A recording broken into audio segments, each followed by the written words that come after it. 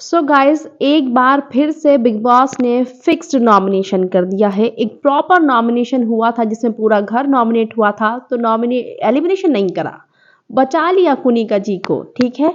और अब फिर से एक बार फिक्स्ड नॉमिनेशन है और कोई भी एलिमिनेट हो सकता है। अगर डबल एलिमिनेशन होता है, कोई भी नाम एलिमिनेट हो सकता है। मैं आपको बताती हूँ कैसे। क्या करा इन लोगों ने, कन्फेशन रूम में बुलाया, प्रॉपर फिक्स्ड नॉमिनेशन था वो। सामने वालों के सामने ऐसा नाम रख रहे थे कि जिसको बिग बॉस चाहते थे वो नॉमिनेट उसे ही करता, ठीक है ना। अमाल और मृदुल के सामने फरहाना तानिया का नाम रख रहे हैं, फरहाना को नॉमिनेट करेंगे वो। कुनिका जी के सामने, नीलम के सामने शहबाज, अमाल और गौरव का नाम रख रहे हैं, तो वो गौरव को करेंगी, वो क्यों बचाएंगी उसको, ठीक है।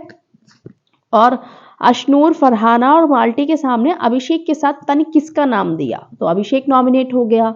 अशनूर और क्या कहते हैं, किसी एक का और नाम था उसमें, शहबाज और तानिया थे, कुनिका जी का नाम, अशनूर या फिर कुनिका, तो अशनूर को करेंगे, सीधी सी बात है।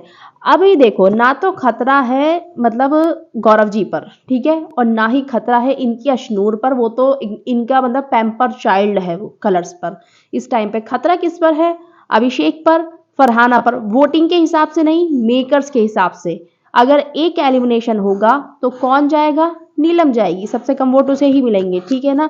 5 लोग हैं नॉमिनेशन में, गौरव, अभिषेक, फरहाना, अशनूर और नीलम।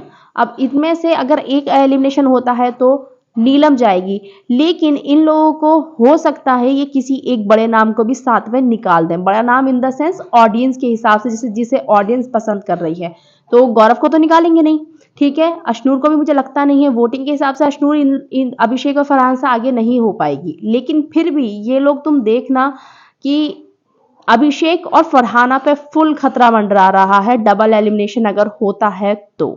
ये आप मेरी बात लिख कर ले लेना गाइस, इन्होंने फिर एक बार से फिक्स डोमिनेशन कर दिया है।